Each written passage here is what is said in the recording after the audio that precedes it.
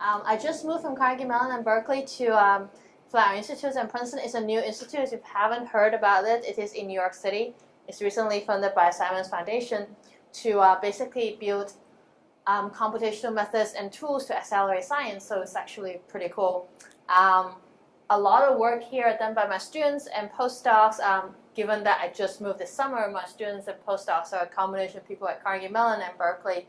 Most of the people listed here are actually at Carnegie Mellon or Berkeley, as a matter of fact. But hopefully I will create some collaborators soon at Foray Institute in Princeton, and I'll hopefully tell you more about this later. So what are we talking about today? Is basically trying to come from a very cosmology astrophysics perspective and how we actually trying to use machine learning to learn some more, cosmology. This is very traditional cosmological analysis where you take a distribution of all the dark matter in the universe or all the matter on the upper left-hand corner, and then you see this little movie on the side, which I think is going on right now. If you increase the number of neutrinos, these little ghost particles, there are 10 of them going through your fingertips right now per second. You don't feel it, don't worry, it doesn't hurt, it's not radioactive. Going through your fingers right now, and you can measure how much are there in the universe, and we care about how much are these neutrinos in the universe, so we try to measure them. And if you have a lot of neutrinos in these, distribution of the universe, it will change these summary statistics of the matter field, which is on the upper right-hand side. You can see these are basically monopole and quadrupole for the physicists in the crowd, and how it reacts to the total sum of neutrinos. And then you take those summary statistics, and then you can say, okay, what's the posterior distribution of how much neutrinos are there in the universe, combining with many, many experiments. So I'm not going to go into what these experiments are. This is what we do. That's what I usually do. My bread and butter physics. And then I will combine, baby picture universe, they call it cosmic microwave background, and how galaxies cluster in the universe. For example, if there's a galaxy here, what's the excess probability of having another galaxy at r distance away? That's basically the correlation function or the clustering. And you can combine all that together and create some kind of posterior, basically the probability of how much neutrinos there are in total of the universe. That's what I do every single day. And you're like, okay, this is kind of not my field. I'm probably the only cosmologist in the crowd here. I know for sure because I know every one of them more or less. And then I asked myself when I was a Carnegie Mellon professor, can I use machine learning to extract more information from the following data set? That's actually a paper Kyle kept mentioning and saying that we should improve this. That was my first foray into machine learning. It's an ICML paper in 2016. And we asked that question. It's like, I have these dark matter simulations. I have these basically completely great realization of the universe from the beginning to the end.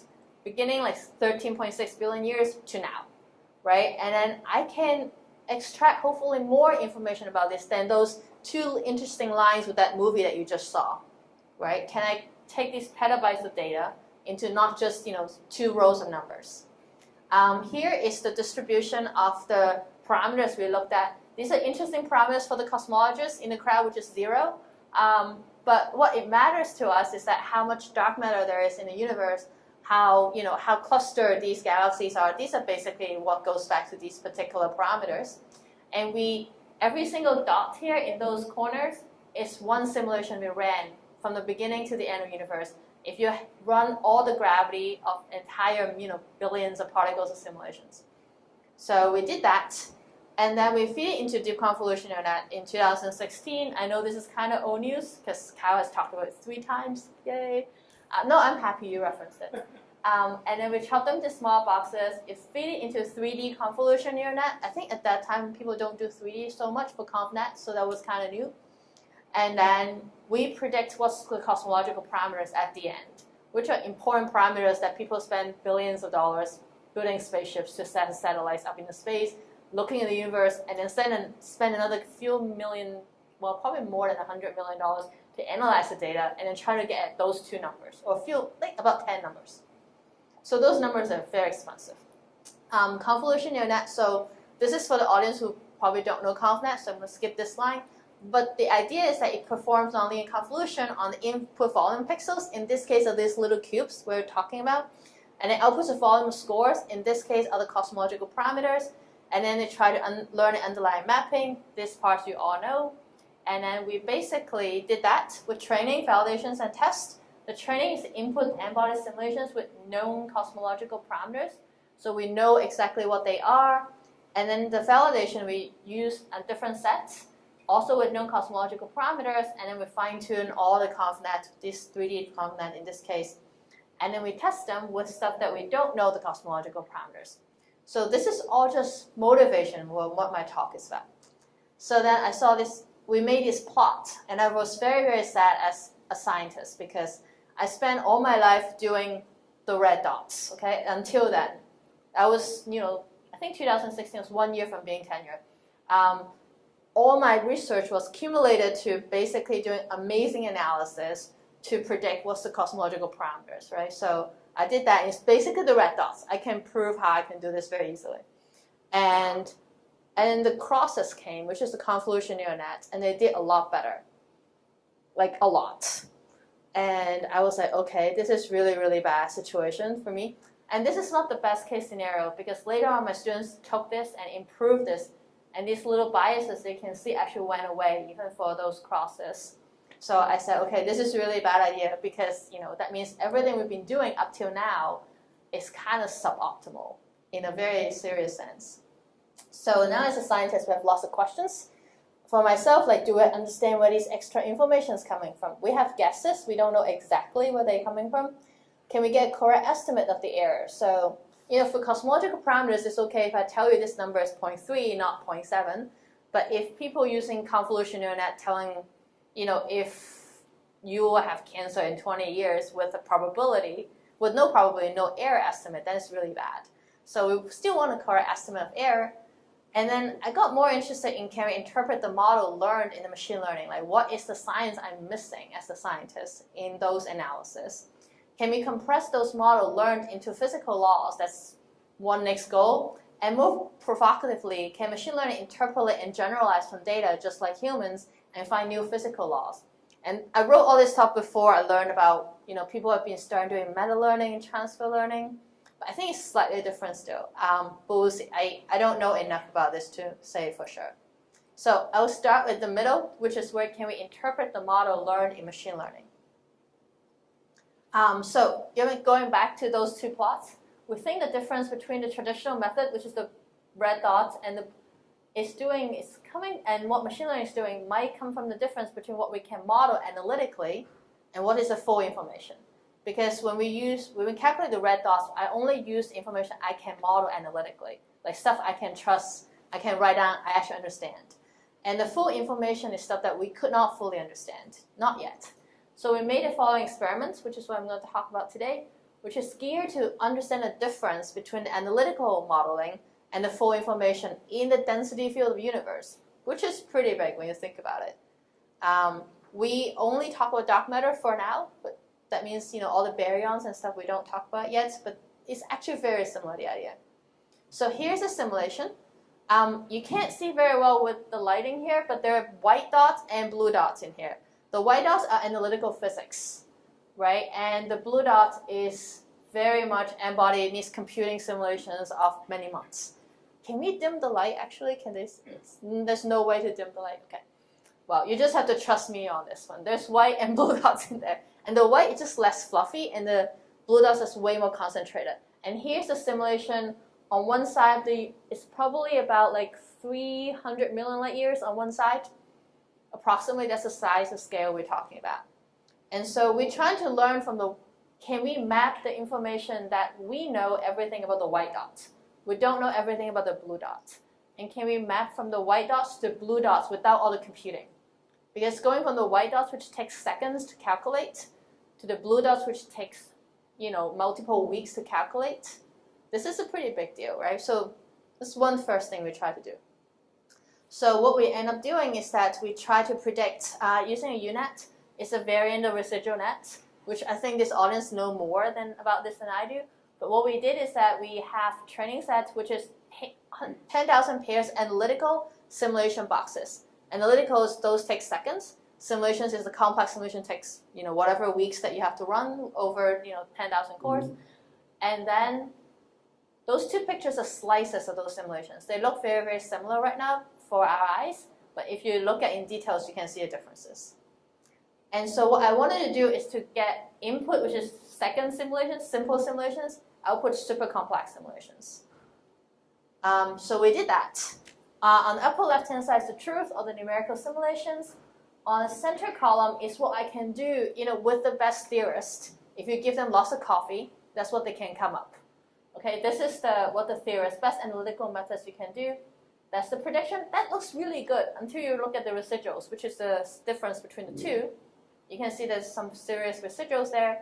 But with the machine learning, it seems to do really, really well, which is on the right-hand side. Machine learning subtracted the truth, concentrated on the residuals. And you can see that they're actually doing really well. And that's how, we got really excited about this. And then we checked the following. These are the more quantitative way we'll check it. So for cosmologists or people who do actually analysis of two-point correlation function, this might be more familiar. Two-point correlation function is basically if you have say a galaxy or a dark matter particle here, what's excess probability of having another particle r distance away? Fast Fourier transform it, you get the power spectrum. So that's what I show upper right-hand corner, power spectrum, and then the x-axis is basically the scale. Small scale on the right-hand side, large scale on the left-hand side. Okay, so let me just get that run right. And then if you look at and squint really, really hard because the screen is really small, the truth is the green line. So you can see the green line. And then the blue is the analytical approximation that the best coffee you can feed to the best theorist can write down. And the prediction, which is the orange line, you cannot see because it's literally under the green line. So we got really happy, and then we say, okay, let's be a little bit critical to ourselves, because we're scientists and we're kind of annoying to ourselves. We look at the transfer function, basically looking at the prediction divided by the truth, takes whatever line it is divided by the green line, and you can slightly see the orange line peeking out from under 1 over there at the very small scale, which is when you actually start to lose the resolution because of the filter size in the convolution neural net. So we actually know what that scale comes out to be. And then the R of K here is basically the error power spectrum. If you do R squared, 1 minus R squared is basically the power spectrum of the errors. The lower the error, the better, and the orange is doing a lot better than the blue. So we said, okay, we checked the following: the average power spectrum of 1,000 simulations, and the ratio of the truth to true power spectrum, and the cross-correlation coefficients. All that checks out, and these simulations can be predicted in order of minutes. It's just the write-out time, post-training and validation. Training and validation takes some time, okay? So we got really happy, but that's not what we wanted to do, right? Because we kind of want to understand what the heck the model is really doing, like what is actually going on. Because we can do all that, we save computer time, but it actually doesn't teach us something new. So we decided to do the following thing, which is kind of funny. We try to interrogate the model that's learned in the network. That's where I think it got interesting. We first trained the network with all these, simple simulation n-body pairs. We make the prediction with the simple simulations. We can see it's doing really well. Then we analyze the network by decomposing the inputs into different Foray modes and look at the predicted power spectrum of these modes. So the different Foray modes in the following form. I know there's enough physics and math background here. I don't have to go into what Foray modes are. But basically, we take these network that's learned, but already did all the training, but throw in a very different test set. And that test set is just one power at one single scale. Think of it as like a plane wave, basically in the simulation, which is completely different with what the usual training set is. So inject the power at one scale, a plane wave, basically. Then you actually get out of what you expect, which is the plane wave, which you want. In this case, I know it's very hard to see from the back especially. It's showing the power spectrum again as a function of scale. And you can see that the UNET is basically the prediction, the orange spot. And the one mode input is where the red triangle is. They basically coincide. And the residual neural net, actually the UNET is learning from the particle simulation, which is all the green crosses, and they actually correspond pretty well. Other than what you have from the truth, you can also see all the numerical artifacts it learned from the simulation. So you get the truth, which is what you want, and the numerical artifacts from the simulations, which we didn't expect. We were like, what the heck happened? But they're basically numerical artifacts from the simulation truth. And the next thing is we check if we can learn the rotational invariance if we did not tell them. Like, can we learn some invariances in our case, in our model? So again, we input power at different k, kx, ky, kz, so that you start to have different directions, and you plot the power spectrum, which you should have the same power, not power spectrum, the power itself, for the predictions. So that's what we saw actually. So the p predicted as a function of k, you can see that no matter which direction you throw it at, it still has the same prediction, which is very happy. I mean, I was very happy to see that it's actually learned naturally. So the predicted power is similar no matter which orientation. So the rotational invariance is learned even though we did not actually deliberately tell the network this is the case. And so what happens if we change the phase of the input model? So for physicists, that actually matters. So we inject the same power at same k but different phases, and not surprising, I guess, by this point, if your rotational invariance is learned, the phases actually did not change the power, which we're also very happy about. Also, we need to note that all these inputs are not similar to our training set, completely different, right? So we're actually very happy we are learning that the physics is getting learned slowly by the model. So it seems like the physics are being learned by the model. So we want to do the next thing. Can machine learning interpolate and generalize? And in this case, we did not do something fancy. We just did, a usual convolution neural net. It sure is UNET. And generalize from data just like humans and find new physical laws.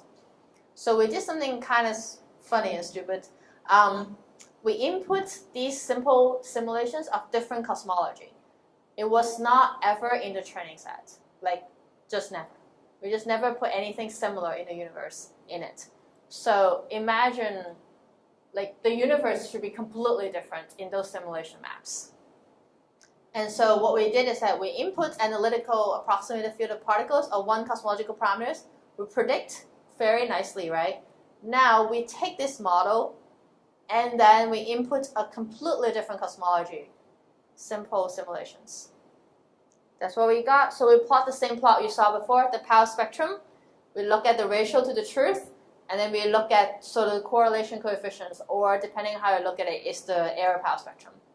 So that's what we see here. The solid line is the truth, and you have to concentrate on the dotted line. Dotted line is actually the predictions. The dashed line is what you get from the theorists, which I'm very sad about. But the dotted line did really, really well. You can barely see the dotted line under most of the solid lines. For cosmology, they're wide-rangingly different from what we put in as a training set. So I'm going to leave you. Go ahead. Exactly. So this is, at this point, I ask myself, why can I explain this, right? Is there a regularity or symmetry in the data that maybe our problem is more simpler, I guess, in some level. There's enough symmetry and regularities that allow us to actually learn things that are completely different from the training set. So that's where we're hoping to get to, but we haven't discovered all the symmetry. So I'm kind of interesting way to address this crowd is that I'm kind of hoping that people can tell me suggestive reasons why this is the case, because I don't do this for a living. I just recently started doing machine learning for fun. We do not understand why this is the case. Why can machine learning algorithms generalize from one set of cosmology and still predict well for other cosmology? And the test set does not overlap with the training set. So how far can that extrapolation work? After it does interpolation very well, does extrapolation end at some point? Does it work for all different kind of cosmological parameters? I don't know where it ends, and I don't know what the boundary is. Where does the cliff appear, right? Is there symmetry groups that extends everywhere? Is that something that this is what I don't understand. So I'm going to end more or less with questions here. Is it possible that the model is generalizing rules from training set that can deal with cosmological inputs with different parameter sets? Maybe the model has seen this parameter set, or maybe there's symmetry. That's what I meant. It's already seen some symmetry from these models and can actually make those generalizations. I don't know. My possible climb to fame, I'm just leaving it as a joke here. Can you be understanding machine learning, or compressing learned model into physical laws, or discover new laws of nature. This is my original plan to climb of fame because there are two people that are important for different reasons. First one is my husband, so he's very important. The other one is Alex Hanaud, who just free soloed El Capitan in Yosemite. Free solo means you climb without ropes for 3,000 feet up, in his case. They were climbing together, and I was taking a picture. I thought, oh, this is my climb to fame. You know, I climb really well with these crazy people. But no, I think maybe the next thing is to understand machine learning and maybe understand physics and learn some new physical laws along the way. Thank you.